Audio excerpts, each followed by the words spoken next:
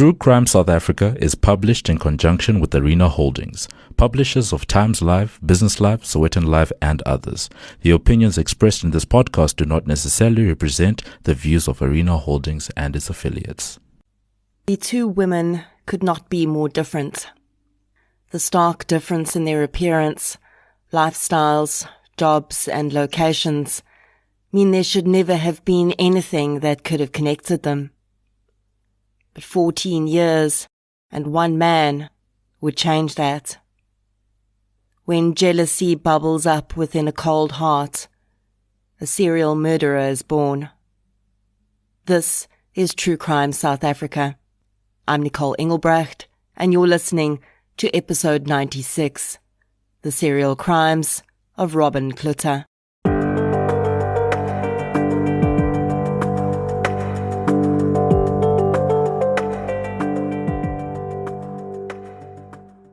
This episode covers a case of serial murder, and the episode is sponsored by CBS Justice. This month, watch brand new episodes of the CBS Justice original true crime series, Descent of a Serial Killer, on DSTV 170 every Sunday at 7 p.m. Presented by former FBI agent and renowned criminologist Dr. Brianna Fox, each week she examines a killer's path from their childhood or teens, exploring when worrying traits first became noticeable, the gradual pushing of boundaries, and the disintegration of personal morality. Don't miss Descent of a Serial Killer, weekly from the 6th of November on CBS Justice. And a huge thank you to CBS Justice, home to expert-led true crime on television, for sponsoring this episode of the True Crime South Africa podcast. Before we get into today's episode, I'd like to thank our new Patreon supporters for the week. A huge thank you goes out to Eileen McNabb, Philip Dupree, Jackie Wormuth, Wes, and Yaku Nordia for your support on Patreon. Thank you so much, everyone. Your support really does make a huge difference. If you'd like to support the show on Patreon or PayPal, I'll leave a link in the show notes. As you all know by now, my first book, Samurai Sword Murder, is out in bookshops now. It's also available for purchase on Amazon, and the audiobook will be out soon too. If you're based in Pretoria, I'm going to be at Exclusive Books Brooklyn Mall on the 19th of November at 4 p.m. I'm going to be in conversation with Dr. Gerard Labuskaghni, and we'll be discussing the Samurai Sword Murder and all things true crime. I'd love to see you there, and it is on a Saturday, so you can make an outing of it and not have to worry about timing and rushing about. Please RSVP to events at exclusivebooks.co.za to reserve your seats.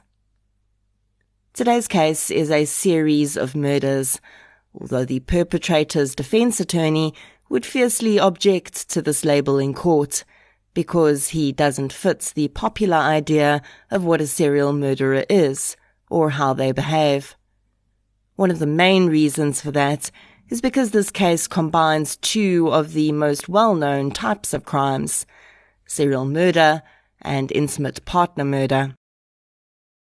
Essentially, this offender is a serial intimate partner murderer, although if you believe him, it was all just a series of unfortunate events. My sources for today's episode include several academic papers and the judgments from two court cases against the defendant.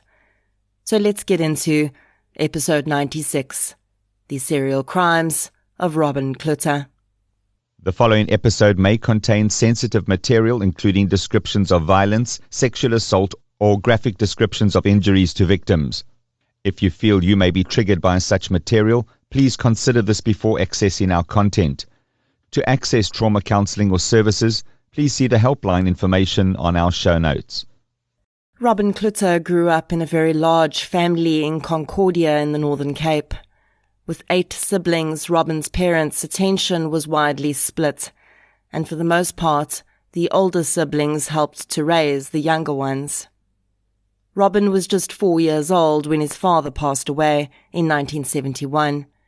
He would later note that this period in his life had had a major impact on his mental health, despite having so many siblings and not really having had a super close relationship with his father.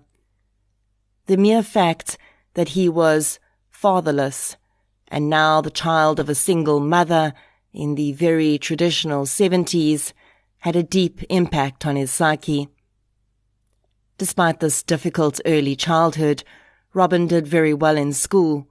He achieved well academically and enjoyed his school career. When he was in grade 11, he met someone who would become an integral part of his future. Marilyn Jones was, like Robin, an excellent student, and the young pair soon became enamored with each other. In 1987, both Marilyn and Robin achieved the highest accolade in their school careers when they were made head girl and head boy, respectively. The young lovebirds continued to see one another, but in their matric year, local unrest would force them apart for a while. In 1987, there were violent political protests in the Concordia area. Marilyn's family was able to continue getting her to school safely each day, but Robin's mom did not have the resources to do so, and he was forced to leave school before completing matric. Marilyn was able to continue on and passed. The following year, she moved to Cape Town to study, and Robin followed her. He would claim that she'd asked him to move with her, but we don't know whether that is true. Either way, the couple's relationship seemed to continue on, and by 1989, Robin had proposed marriage to Marilyn, and she accepted. Despite this seemingly picture-perfect young romantic beginning, it soon becomes clear that Robin and Marilyn's relationship is not healthy. Just a few months after they first became engaged, Marilyn had a change of heart and gave Robin his ring back. In March 1989, shortly after the breakup, Robin attempted to take his life by taking an overdose of tablets. He was rushed to Tygerberg Hospital, where his stomach was pumped, and he survived. When he was discharged, he moved to Kimberley to work at De Beers, but he couldn't seem to get Marilyn out of his head and continued to phone her, begging her to give him another chance. Marilyn, though, was not interested in a reconciliation. In 1990, though, Robin went on a holiday to Cape Town and reconnected with Marilyn. The couple got back together. At this point, Marilyn was a part-time university student, and she was also working for the university. Later that year, they became engaged again.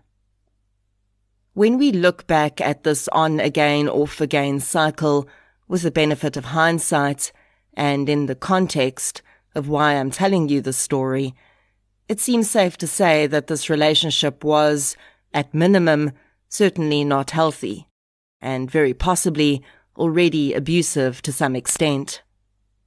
Robin's refusal to accept Marilyn's decision that she no longer wanted to be with him, and his continuous pushing to get back together with her, despite her saying she didn't want to, in my opinion, indicates his complete disregard for her boundaries. And I think this is a myth that popular romance culture perpetuates. That if a relationship ends because the other person has decided they no longer want to be in the relationship, that the romantic thing to do is to keep trying and pushing until the other person realizes they actually want you. But really, that's just a form of emotional abuse. Because if that person wanted you, they would be with you. And by refusing to accept and acknowledge their boundaries, you aren't helping them realize anything. You're just wearing them down until they agree, because it's easier than having you continually harass them. And it seems clear, at least in hindsight, that this is what was happening with Robin and Marilyn. Although they were now engaged again, Robin was still working in Kimberley and wanted to make more money for his future marriage to Marilyn, so he decided to move back to Concordia He and Marilyn spoke over the phone and visited one another, but their tumultuous relationship continued to ebb and flow, and in 1992 they split up again. They would be separated for 4 weeks on this occasion, but while they were split up, Robin met another woman in Concordia. He had a brief relationship with this woman, and she fell pregnant. She decided not to tell Robin about the child, perhaps not wanting to be tied to the man, and he would only find out sometime later after the child had been born. A month after they'd broken up on this occasion, Robin called Marilyn and convinced her to give him another chance. He moved back to Cape Town and found a good job at a packaging company. This seems to have been the most stable period in the pair's relationship, but it would not last. In December 1992, Robin's mother unexpectedly passed away. He was devastated, and he and Marilyn spent Christmas and New Year with his family in Concordia. During that time, his siblings would say that the couple had seemed happy, and they spoke about getting married in April 1993. Early in February 1993, gossip began to spread through Concordia that Robin had fathered a child in the community. This got back to Robin, and he realized that it was entirely possible the child was his. He told Marilyn because he was concerned she would hear about it from someone else. She immediately broke up with him, and it seemed that this had been the last straw for Marilyn, and in the weeks that followed, Robin would become increasingly desperate. Rather than solely bothering Marilyn by phone, he started following her around and knocking on the doors of her friends' houses when she was visiting them. On one occasion, he forced his way through an open window when the friend refused to open the door for him and only left when he was threatened with the police being called. As Robin's state of mind continued to unravel, Marilyn became increasingly irritated by his persistence and afraid of what he might do next. She moved to her uncle's house, hoping that Robin wouldn't find her there, but it wasn't long until he was knocking on her uncle's door too. One afternoon, her uncle felt sorry for him and let him into the house, despite Marilyn instructing him not to. Marilyn was home and the pair got into a heated argument. Robin left the house and drove to a supermarket where he bought a knife. He slit his wrists in his car and then drove back to show Marilyn what he'd done. If he hoped to extract some sympathy from Marilyn, he would be disappointed. The young woman had clearly had enough and did not have the emotional capacity to deal with her ex-fiancé's manipulative efforts anymore. She shoved a bunch of tissues in his hands to stop the bleeding on his wrists and called his brother to collect him. Robin's brother had taken him to a doctor, and he was advised that he should consider taking medication for depression to help him recover. Robin said he might try it. From this point, though, Robin's behavior only continued to further unravel. He struggled to sleep, and even when his brother gave him sleeping tablets, they had little effect on him. He continued to try and reach Marilyn by phone, but couldn't get hold of her. Robin was working night shift at this time, and when he should be sleeping, he was instead drinking at friends' houses. On the 5th of April 1993, he was at a friend's house drinking from 7 a.m. after his shift ended. He and his friend shared 4 750-milliliter bottles of beer between them within an hour between 7 a.m. and 8 a.m. Around 8 a.m., Robin left his friend's house. He describes his condition at that time as half drunk. Robin drove to a shop and purchased cigarettes. He tried to phone Marilyn from a public phone at the store. She answered her work phone, and he asked if he could see her after work. She put the phone down in his ear. When he arrived at his brother's house, his brother was washing his car. Robin went into his brother's bedroom. He claims that he was looking for sleeping tablets, but instead he stumbled upon his brother's police service pistol. After finding the gun, Robin decided that he was going to go to Marilyn's place of work. Later, police investigators would believe that Robin had intended to go to Marilyn's place of work from the moment he put down the phone in the store. They believed that he had not stumbled upon the gun, but rather that he had waited for his brother to be distracted and then gone to find the gun before heading out to the university. Robin would claim that he'd had no idea how the gun even worked and that he didn't know whether it was loaded or not. He said he'd only taken it with because he realized he may not be granted entry into Marilyn's office and he wanted to be able to scare people into letting him in. Robin left his brother's house at 9 a.m. and drove to the liquor store. He purchased 6 beers and sat drinking 2 of them in the parking lot. He then headed toward the university where Marilyn worked. When he arrived, he didn't immediately go inside. He first went into a student area and hung around there for a while. He claimed he was looking for a friend who went to university there, but didn't find the man. Then he went back to the car and retrieved the gun, and entered the office building that Marilyn worked in. No one stopped him or asked him why he was there, and he walked straight to Marilyn's office and knocked on the closed door and entered.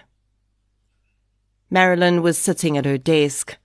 She looked up, shocked to see Robin standing there, and demanded to know what he was doing in her office. For the most part, we only have Robin's version of what happened next. He claimed that he told Marilyn he was there to discuss their relationship, and that she'd suddenly started to insult and swear at him. Marilyn's colleague, who was in the office next door, first realized something was wrong when he heard raised voices in Marilyn's office. The man went to the door and opened it. He saw Robin standing with a gun pointed at Marilyn, who was kneeling on the floor in front of him, begging for him not to shoot her. Robin heard the door open and swung around, pointing the gun at the colleague and telling him that if he didn't get out, he was going to shoot him. In the moments that followed, several of Marilyn's other colleagues would look through windows and see what was happening, and many calls were made to campus security. Before security could arrive, though, 7 shots rang out in the offices. Robin had fired 7 bullets into Marilyn Jones as she kneeled before him. Her body would eventually be found underneath her desk, where she seemed to have dragged herself in a futile attempt to take cover. Although almost all of the shots could have been fatal, it was the last 2 that had most certainly ended her life. After shooting Marilyn, Robin opened her office door and walked out into the corridor. Campus security was on scene and shouted at him to put down the gun. Robin lifted the firearm and shot in the general direction of the voice he could hear, but didn't hit anyone. He then dropped the gun and put his hands in the air and was arrested by a security guard. As the handcuffs were snapped around his wrists, Robin told the guard, "I've killed her, and I'm satisfied now." Robin Cloete would be charged with the murder of Marilyn Jones, the attempted murder of 2 of her colleagues, and several different weapons charges. He pleaded guilty to the weapons charges, but not guilty to the murder and attempted murder charges. His reason for pleading guilty was that he claimed he'd been in a dissociated state during the crime and had acted in an automated state. Robin's defense was that the stress he'd been under in the weeks before the crime, as a result of the issues between him and Marilyn, had boiled over. He further claimed that when Marilyn had started swearing at him and insulting him, something he says she'd never done before, he disassociated and could barely remember anything about that time. This defense would be rejected by the judge because there were simply far too many instances of Robin's behavior on that day that showed that he was completely in control and knew exactly what he was doing. This case did occur before minimum sentencing legislation was in place, and almost every case I look at from this period in time seems seriously lacking in severity of sentence. Today, Robin Cloete would most likely have been given a life sentence for this crime. In 1993, he was given just 15 years in prison. So, end of story, right? Horrible, selfish crime. Perpetrator goes to jail, case closed. Well, no. You'll note there's still a significant amount of time left in this episode. And of course, I told you in the beginning that this was a serial offender. Robin Cloete would end up serving 12 years of his 15-year sentence in prison. He was released in 2005, and within days of his release, he met Shannon Vippenaar. Robin had been drinking heavily before he went into prison, and when he was released, he fell straight back into his drinking habit. This was also something that he bonded with his new love Shannon over, as she also enjoyed a drink. Right from the beginning, though, the relationship was turbulent and physically violent. Although Shannon's family quickly told her that they didn't think Robin was a great match, if she'd considered moving on, she would find that very difficult to do when she discovered she'd fallen pregnant with Robin's child. It is unclear from the evidence available whether Shannon was aware of Robin's past.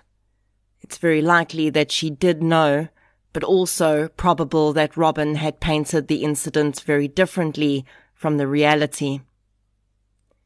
Robin and Shannon's daughter was born in December 2005. The pregnancy had been fraught with tension and the violence had not subsided. Shannon had found it difficult to stop drinking completely while she was pregnant, and Robin was very angry about this. The irony is that firstly, he was still drinking heavily too, but also that he claimed he wanted the best for his baby, but he simultaneously had no problem assaulting Shannon while she was pregnant with that very same baby. Even after their daughter was born, Robin constantly clashed with Shannon about how he felt she should be mothering their child. He would later say that his relationship with Shannon's family was almost non-existent. He'd started running a small shop out of the garage of the home they lived in, and sometimes he would do well and be able to help his in-laws, and then they seemed to treat him differently than they did if his shop wasn't doing well and he had nothing to give, he said. Robin's brother had noticed that he'd started to behave in a similar obsessive way as he had when he was with Marilyn, and he was concerned. The cycle of violence and toxicity would continue on for almost the next 2 years. Perhaps due to the child they had together, Robin and Shannon didn't seem to split up and get back together the same way he'd done with Marilyn. And perhaps this also comes down to the differences between Shannon and Marilyn. The two women come from very different backgrounds. Marilyn had a supportive and resourced family. She did not have any substance use issues, and she was employed. And of course, she didn't have a child with Robin. I think this made all the difference when it came to her feeling that she could leave him. But the coercive control elements saw her continuously being pulled back in by him. Shannon, on the other hand, was not nearly as resourced as Marilyn. Her substance use disorder made her extremely vulnerable. But despite this difference between the two women, the very nature of intimate partner violence meant that the end result in both relationships would be the same. On the 5th of August 2007, Robin and Shannon had gone out for the evening. They returned home around 3 a.m. and began to argue. Robin assaulted Shannon so severely that she fled the house for the first time. Her family members took photographs of her injuries, and a case was opened against Robin.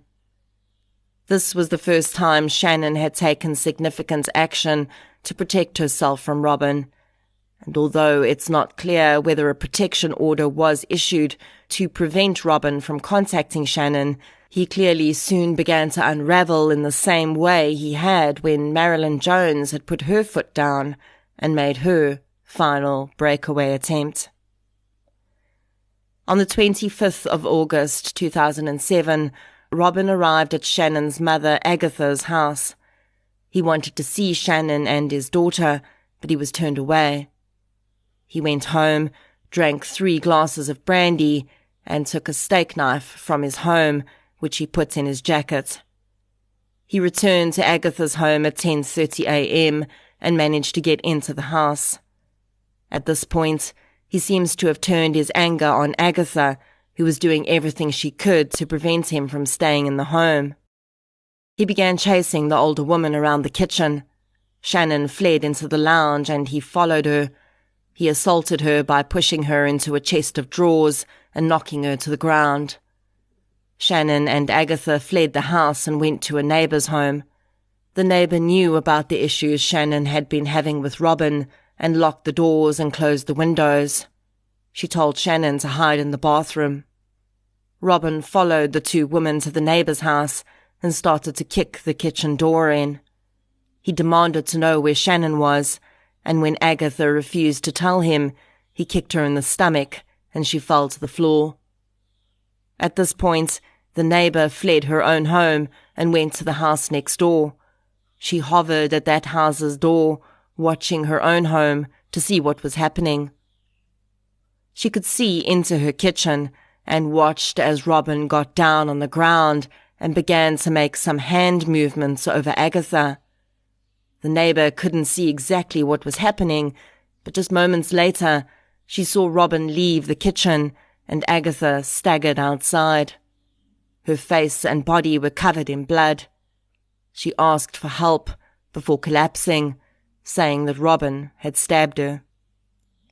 Hearing her mother's screaming, Shannon came out of her hiding place in the bathroom.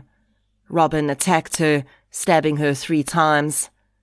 The courageous woman ripped herself out of his grip and ran out onto the street, where she flagged down a taxi. The horrified taxi driver watched as the bloodied woman collapsed onto a seat and begged him to drive as a man was after her. The driver sped away, leaving Robin standing on the pavement with a bloodied knife in his hand. The taxi driver drove Shannon to the closest doctor's rooms, but she'd clearly used the last bits of adrenaline rushing through her to escape, and by the time he pulled up to the doctor's rooms, she was already unconscious. The man carried her inside, and although the doctor attended to her immediately, Shannon had already lost too much blood, and she passed away in the doctor's rooms. After Shannon fled, Robin returned to Agatha's house, where he blockaded the door and started to completely destroy the contents of the home, throwing items around and smashing them. Police arrived, and it would take a few hours before they were eventually able to get Robin to come out, and he was arrested. Paramedics were called in an attempt to save Agatha's life, but she too had lost too much blood and passed away at the scene. As this case was being investigated in preparation for trial, one thing became clear to the prosecutor. It would be vital to present Robin Cloete to the judge as what he was, a serial murderer, in order to ensure that this time he was put away for as long as possible. There seemed to be little doubt that Robin had learned nothing from his first crime. His emotional and personality issues that had led to the murder of Marilyn Jones had not been addressed, and he was clearly incapable of engaging in healthy relationships with women without being violent. Unless Robin Cloete was put behind bars for a very long time, every single woman in society was at risk. He was a serial, intimate partner murderer. The prosecution team knew that getting a conviction in this case would not be difficult, but the challenge would be disputing any mental health mitigation his defense attempted and ensuring that in the judgments he was recognized as the dangerous serial offender he was. To do this, prosecutors turned to the investigative psychology unit of the SAPS. Dr. Gerard Labuschagne and his team had significant experience in investigating and classifying serial offenders. But Robin Cloete was a serial murderer that didn't quite fit the popular theory of what a serial killer is. And in order to prove that he was just as dangerous as the Moses Sitoles of the world, they would need to break down his behavior, modus operandi, and his crimes to the very basic elements. In an academic paper Dr. Labuschagne penned with his colleague Dr. Gabriel Salfati, called An Examination of Serial Homicide in South Africa, the authors examine Cloete's case. The first elements of these crimes that needed to be addressed was the fact that Robin had not murdered strangers.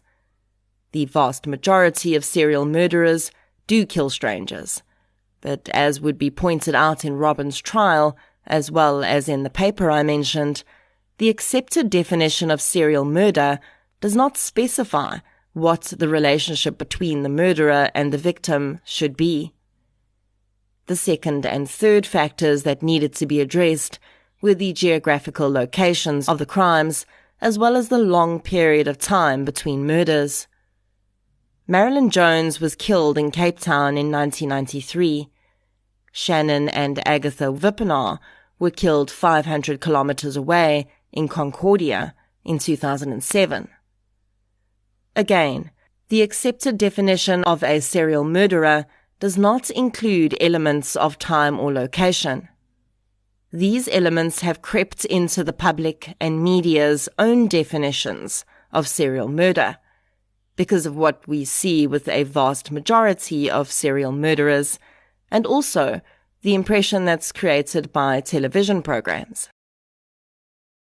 The accepted definition of serial murder for criminology and the legal community is simply killing at least 2 people and on at least 2 separate occasions, and that the homicides were not primarily for financial gain nor to eliminate a witness in another case.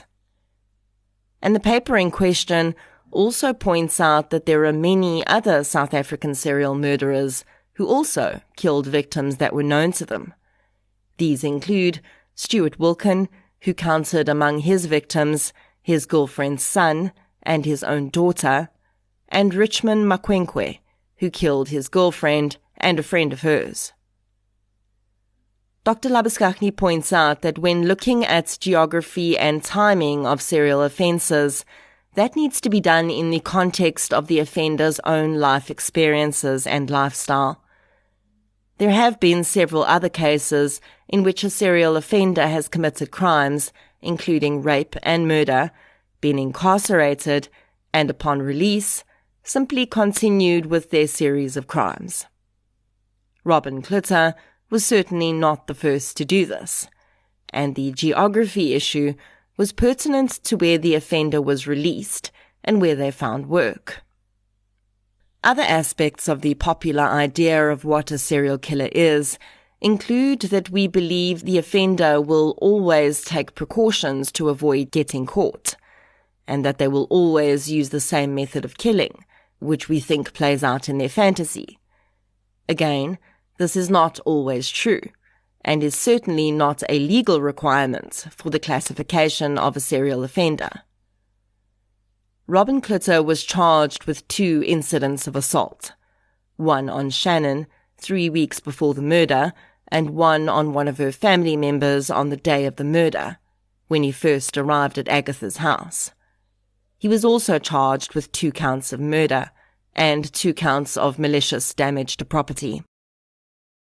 Robin pleaded not guilty to all charges, and instead of relying on a dissociation defense this time, he claimed he'd been acting in self-defense. He said that Shannon and Agatha had attacked him first, and he was only defending himself. This, of course, was disputed by the neighbour whose house the incident had occurred in, who said that Agatha had been on the floor and not attacking Robin when she was stabbed, and that Shannon had been attempting to hide and then flee when she was attacked. The fact that Robin had chased after Shannon as she fled into the taxi also proved that he was not acting in self-defense. In 2008, Robin Cloete was found guilty of all charges against him. The judge accepted the evidence presented that classified him as a serial murderer. He was handed down 18 months for assault, 3 months for the other assault, 6 months for malicious damage to property, as well as a further 12 months for the second charge of malicious damage to property. But most importantly, he was handed down 2 life sentences for the murders of Shannon and Agatha Vippenaar. Robin, though, was not prepared to settle for this. In 2009, he brought an appeal against his sentence.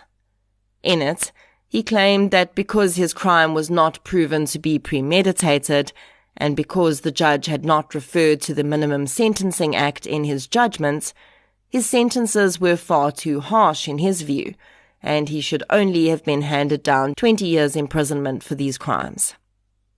This appeal process would become deeply mired in delays. Eventually it was discovered that the original trial records had been lost, and as a result, this appeal would only come before the courts 11 years later, in 2020.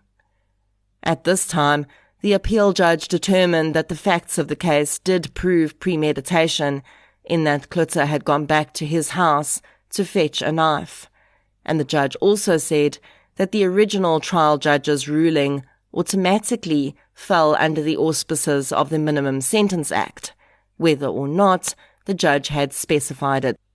The appeal was dismissed, and Cloete continues to serve his life sentences. There are so many elements of what Robin Cloete did to these 3 women that warrants deeper inquiry.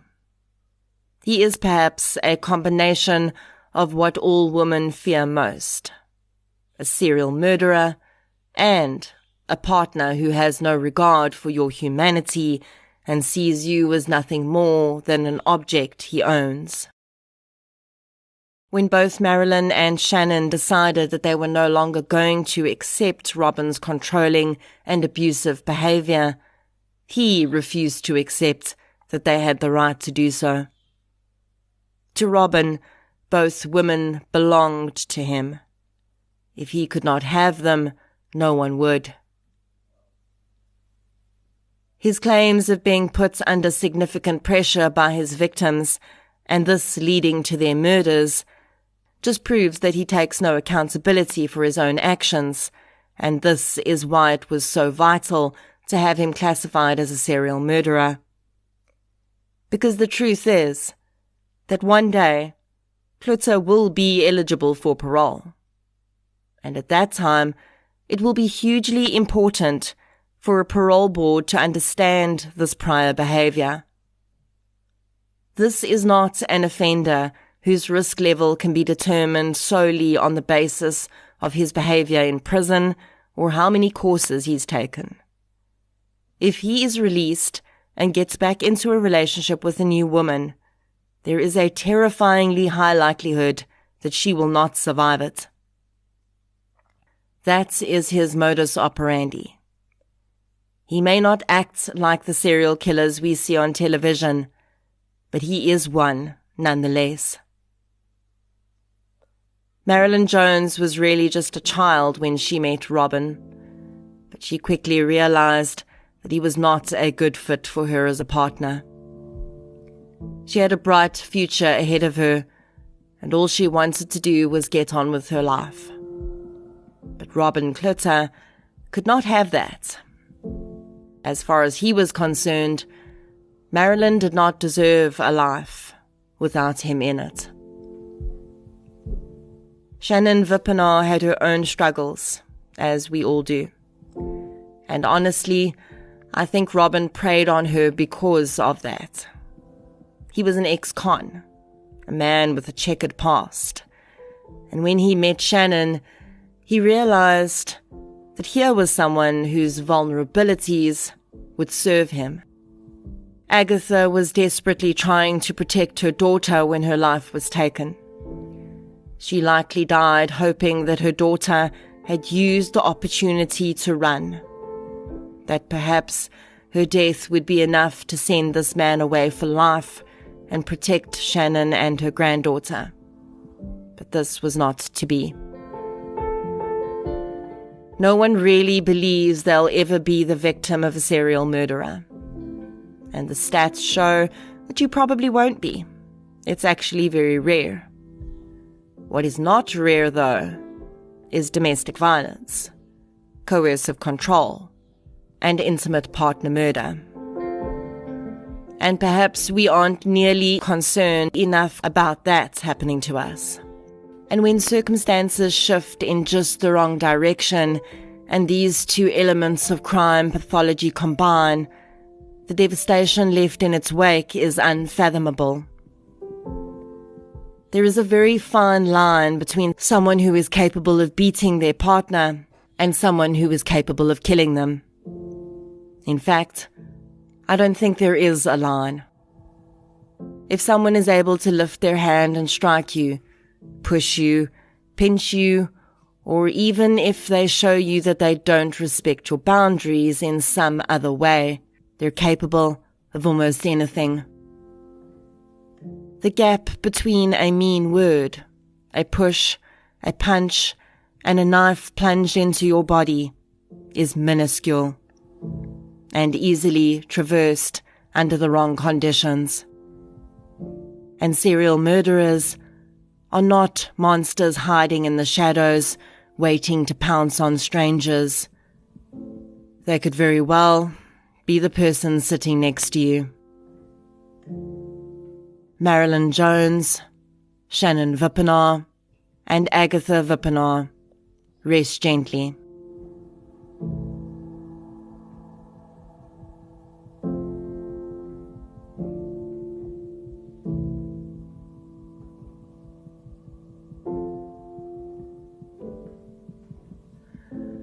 Thank you for listening to episode 96, The Serial Crimes of Robin Cloete.